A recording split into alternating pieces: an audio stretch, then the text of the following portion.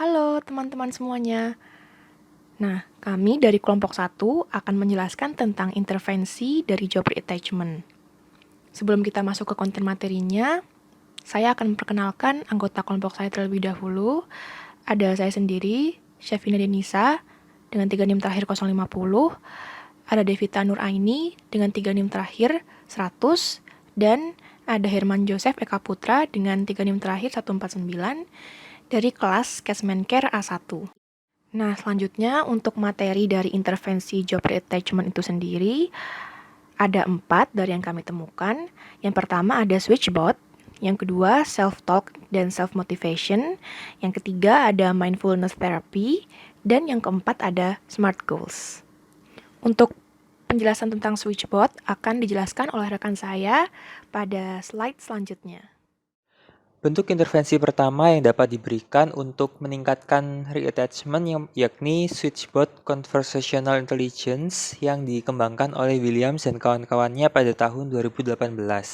Sebagai informasi awal, switchbot ini merupakan layanan yang dirancang oleh Microsoft Bot Framework dan juga Language Understanding and Intent Service, yakni layanan yang menyediakan ekosistem pengembangan dengan dukungan untuk mengintegrasikan conversational intelligence dengan mudah ke dalam suatu bot. Switchbot ini sendiri dirancang untuk membantu pekerja melepaskan atau detachment dan juga menyambung kembali atau reattach dengan pekerjaan mereka sebelum awal dan di akhir hari pekerjaan mereka.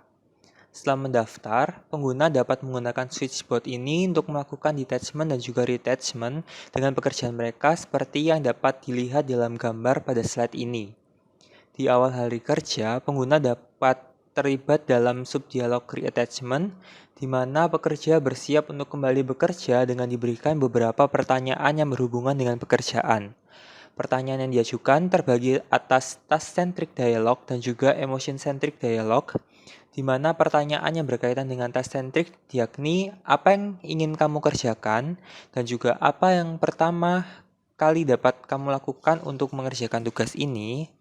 Dan juga pertanyaan yang berkaitan dengan emotion centric, yakni bagaimana perasaan yang ingin kamu rasakan dan juga apa langkah pertama untuk bisa merasakan hal tersebut.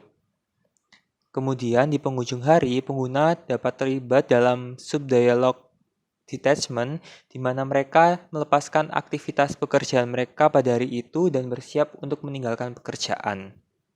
Proses detachment dan reattachment dengan pekerjaan ini dapat dianggap analog dengan proses transisi dari satu tugas ke tugas lainnya, di mana tugas sebelumnya akan dilanjutkan di lain waktu.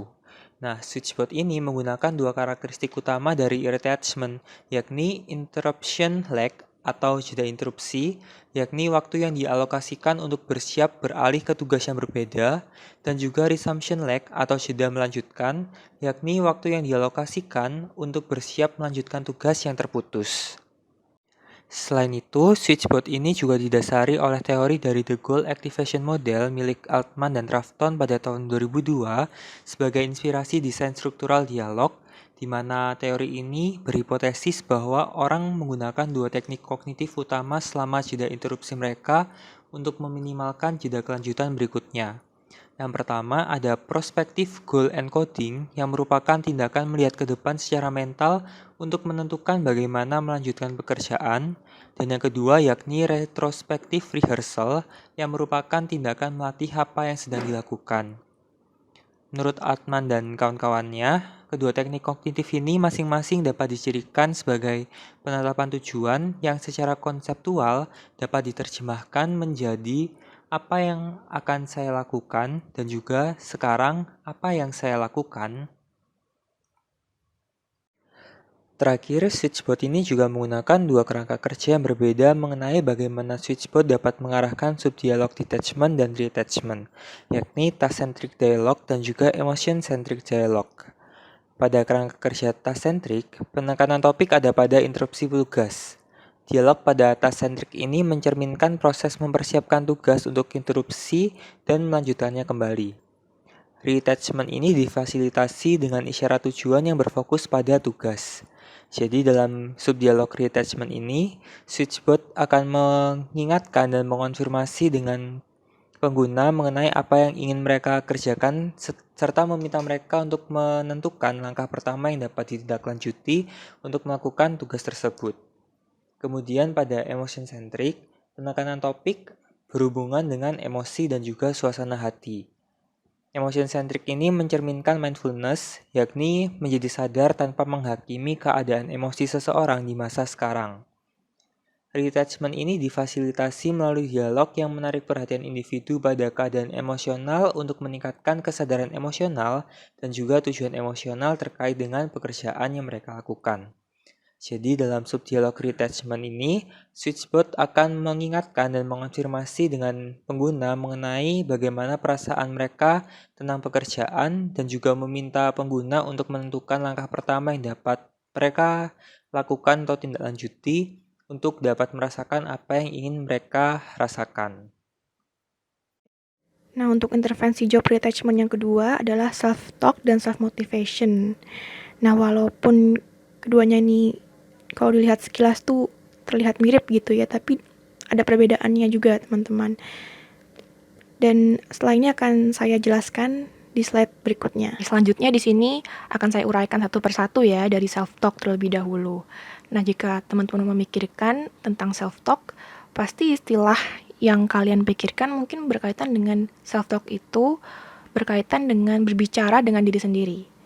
Nah, jika kita merujuk pada literatur yang digunakan oleh Brandon Partners tahun 2006, self-talk ini lebih menjelaskan tentang bagaimana individu mampu untuk mengelola pemikirannya dan berdialog dengan diri sendiri secara internal. Kemudian self-talk di sini juga berkaitan dengan bagaimana individu juga mengelola serangkaian kalimat negatif yang mungkin terlintas dalam benaknya terkait dengan pekerjaannya yang kemungkinan dapat menguras energi serta motivasi individu dalam bekerja. Kemudian, strategi apa saja sih yang bisa kita gunakan untuk meningkatkan self-talk kita? Nah, di sini dari Brandon Partners tahun 2006 telah disimpulkan ya, ada 5 strategi yang bisa kita lakukan. Nah, yang pertama itu dengan cara berbicara positif. Jadi kita bisa memulai untuk berbicara positif seperti mengingat tentang pencapaian apa yang harus kita capai gitu dalam pekerjaan. Dan kita juga harus tetap berada di momen saat ini, bukan mengingat ke momen yang di masa lalu atau kejadian-kejadian negatif lainnya yang kemungkinan memang tidak terjadi dalam kehidupan pekerjaan. Yang kedua, menggunakan kalimat yang tepat. Nah, di sini kita harus menggunakan kalimat yang tepat, terarah, dan konsisten. Jadi jangan sampai kita udah berpikiran positif, udah mulai berbicara positif, namun kita masih kembali lagi untuk berpikiran yang negatif, gitu. Dan kalimat yang tepat di sini, kita harus bisa menggunakan kalimat yang memang benar-benar precise atau benar-benar positif gitu, dan jangan sampai ada yang mungkin tidak realistis gitu. Yang ketiga ada repetisi. Di sini repetisi berkaitan dengan pengulangan kalimat yang dilakukan secara repetitif ya, menjelang waktu kerja untuk menyemangati diri kita. Lalu yang keempat ada visualisasi. Di sini kita membayangkan gitu atau memvisualisasikan diri sesuai dengan kalimat yang sudah kita pikirkan tadi gitu, dari kata-kata atau kalimat positif yang sudah mulai kita bentuk tadi, teman-teman. Nah, untuk strategi yang kelima ini bisa kita lakukan dengan cara menuliskannya. Lalu dengan cara apa kita menuliskannya? Kita menuliskannya dengan yang pertama kita mengidentifikasi terlebih dahulu tentang peluang apa saja yang dapat kita lakukan untuk meningkatkan self-talk dan juga sikap kita gitu dalam menghadapi pekerjaan. Di sini individu itu bisa menuliskan kenyataan apa yang terjadi saat ini. Kenyataannya ini bisa saja seperti kenyataan-kenyataan negatif atau permasalahan negatif yang terjadi di pekerjaannya. Setelah menuliskan itu, kemudian individu juga menuliskan bagaimana hal tersebut, hal negatif tadi itu dapat berpotensi untuk berubah ke arah yang lebih baik. Jadi apa saja potensi-potensi yang dapat berubah begitu dari hal negatif tadi. Nah, teman-teman bisa dilihat juga di gambar yang ada di PPT ini, di sebelah kanan bisa ditulis juga gitu perubahannya. Misalnya kita ingin targetnya itu dalam perubahan di organisasi atau mungkin tentang orang-orang sekitar gitu yang mengganggu kita. Di sini juga ada contohnya tentang situasi, kehidupan atau masa depan atau tentang diri kita sendiri atau tentang perusahaan itu sendiri. Kemudian di sini ada self motivation yang merupakan sekumpulan keterampilan untuk meningkatkan semangat, kepuasan kerja serta performa individu melalui sikap, resiliensi atau ketangguhan serta kekuatan mental yang dimiliki oleh tiap individu. Dikutip dari Brandon Partners tahun 2006. Kemudian strategi apa saja sih yang bisa kita lakukan untuk meningkatkan self motivation? Nah, yang pertama kita bisa menemukan permasalahan atau hambatan yang ada atau problematika utama apa yang menjadi titik utama permasalahan kita. Karena jika kita tahu problem apa yang kita punya, nanti akan jauh lebih mudah untuk mencari tahu solusinya. Nah, yang kedua, jika kita mengetahui bahwa problem utama kita adalah terkait dengan pengerjaan tugas atau kebingungan dalam memfilter tugas apa yang harus dikerjakan, maka kita bisa memilih salah satu dari ketiga contoh task ordering ini. Yang pertama ada Grandma's Law, di mana kita mengerjakan tugas yang sulit terlebih dahulu dan lama-lama dilanjut dengan tugas yang makin lama makin mudah. Lalu yang kedua adalah kebalikannya, get easier task done first, berkaitan dengan kita mengerjakan tugas yang paling mudah terlebih dahulu dan lama-kelamaan makin lama makin dilanjut dengan tugas yang paling sulit. Yang ketiga adalah stay on a roll, di mana saat individu ini sudah mulai produktif, maka individu bisa melakukan tugasnya secara berlanjut gitu, sesuai dengan staminanya gitu. Lalu yang ketiga, kita bisa membuat jadwal istirahat serta melakukan pola hidup yang sehat. Nah, di sini juga kita bisa lebih banyak tertawa gitu atau mencari hiburan di sela-sela pekerjaan kita agar kita tidak merasa suntuk begitu. Lalu yang keempat, memberikan rewards pada diri sendiri setelah melakukan pekerjaan yang berat. Rewards ini adalah penghargaan ya teman-teman. Jadi penghargaan ini bisa banyak bentuk dan macamnya, bisa membeli makanan atau menonton film, begitu. Lalu yang kelima, yaitu kita bisa memiliki support system yang baik atau mencari support system yang baik dari entah teman kerja kita atau keluarga atau teman di luar pekerjaan juga bisa. Kemudian juga kita harus bisa memiliki lingkungan yang terorganisir, yang bersih juga. Jadi di tempat kerja kita sebaiknya kita membersihkan bagian tempat kerja gitu atau rak-rak meja kita dibersihkan karena itu juga bisa membantu untuk meningkatkan motivasi kerja kita. Yang terakhir ini berkaitan dengan strength finding versus fault finding.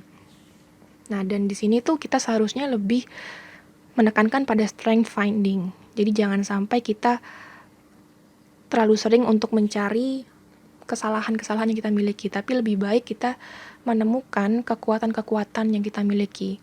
Jadi apapun yang kita punya harus kita ubah menjadi kekuatan. Jadi kita mengubah kelemahan kita menjadi kekuatan. Nah, yang ketiga adalah mindfulness therapy, dikutip dari Mental Workout tahun 2016. Dikutip dari Mental Workout tahun 2016, jadi mindfulness sendiri merupakan praktek untuk membawa kesadaran positif pada momen yang sekarang ya, atau saat ini. Bukan pada atensi lainnya yang bersifat negatif. Kemudian, terapi ini biasanya juga diawali dengan teknik pernapasan yang kemudian melebar juga pada beberapa panca indera manusia seperti penglihatan, penciuman, serta juga pada pikiran individu ya, yang kemudian akan membantu individu untuk lebih perhatian dan berfokus pada pengalaman internal ataupun eksternal. Kemudian juga dapat membantu untuk mengaktifasikan area di otak yang berhubungan dengan fokus, konsentrasi, kesadaran personal dan kontekstual, lalu kinerja kognitif, kecerdasan emosi, kreativitas, kebahagiaan, serta kemampuan untuk memutus kebiasaan buruk yang sebelumnya mungkin pernah dilakukan. Lalu dalam konteks pekerjaan sendiri, mindfulness dapat menjadi solusi dalam menghadapi permasalahan terkait stres, kecemasan, ketidakpuasan dalam pekerjaan, kelelahan, konflik, kurangnya kreativitas, serta tingkat ketidakhadiran juga bisa gitu. Selanjutnya, SMART Goals. Oke, apa itu goals? Dilansir dalam buku SMART Goals Expertise Training Guide yang dibuat oleh Laura Maya, jadi definisi goals di sini adalah rencana apapun yang kamu lakukan untuk kedepannya atau masa mendatang tanpa menghiraukan apa tujuan tersebut. Berdasarkan Locke and Latham, goals mempengaruhi performa individu melalui 4 mekanisme. Yang pertama, goals mempengaruhi aksi dan usaha terhadap aktivitas goal-related dan menjauhkan dari aktivitas yang tidak penting atau tidak berhubungan. Yang kedua, goals memberi tenaga. Dengan adanya goals tentunya membantu individu untuk mencapai pada kualitas performa yang tinggi. Kemudian yang ketiga adalah goals mempengaruhi persistensi.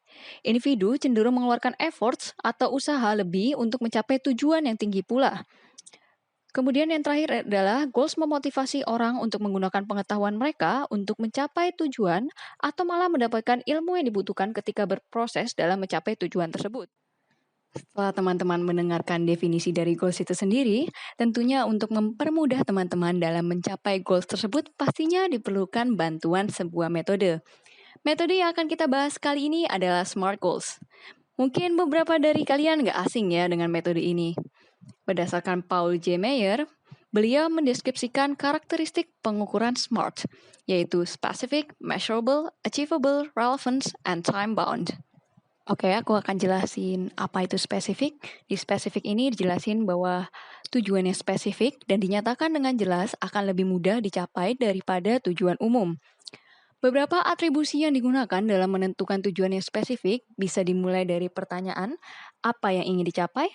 Alasan atau keuntungan yang ingin dicapai ketika mencapai target, kemudian siapa saja yang terkait dan berasosiasi dengan pencapaian target, kemudian di mana letak atau sarana atau prasarana apa yang dibutuhkan untuk mencapai tujuan, dan kemudian mengapa tujuan ini penting. Dilanjut dengan measurable. Untuk huruf M ini menjelaskan bahwa tujuan itu harus dapat diukur sehingga ada tolak ukur pencapaian. Ketika tujuan kita dapat diukur, kita cenderung untuk tetap berada di jalur dan mencapai milestone tertentu yang dapat meningkatkan kepercayaan diri kita untuk terus maju. Hal ini membuat tujuan kita lebih dapat dikelola dan memotivasi kita di sepanjang perjalanan kita. Atribusi pertanyaan yang diperlukan dalam huruf M ini bisa dimulai dengan bagaimana aku tahu kapan aku akan menyelesaikan atau menuntaskan tujuanku. Kemudian dilanjut dengan achievable. Di sini dijelaskan bahwa tujuan itu harus realistis, guna menjaga semangat berusaha mencapainya. Menetapkan tujuan yang tinggi itu sebenarnya baik, tetapi kalian mungkin ingin memecahnya menjadi bagian-bagian yang lebih kecil, bukan? Jika tujuannya tidak dapat dilakukan, kita sendiri mungkin perlu meningkatkan sumber daya mental kita untuk memberikan diri kalian kesempatan untuk sukses. Untuk atribusi pertanyaan yang bisa kalian tanyakan pada diri kalian sendiri itu bisa dimulai dari bagaimana aku bisa mencapai tujuanku, lalu seberapa realistis tujuanku ini. Dilanjut dengan huruf R atau relevance. Di sini di sini dijelasin bahwa tujuan itu harus selaras dengan misi perusahaan. Jangan menetapkan tujuan hanya sebagai latihan untuk melakukan sesuatu. Salah satu cara untuk menentukan apakah tujuannya relevan adalah dengan menentukan manfaat utama bagi organisasi.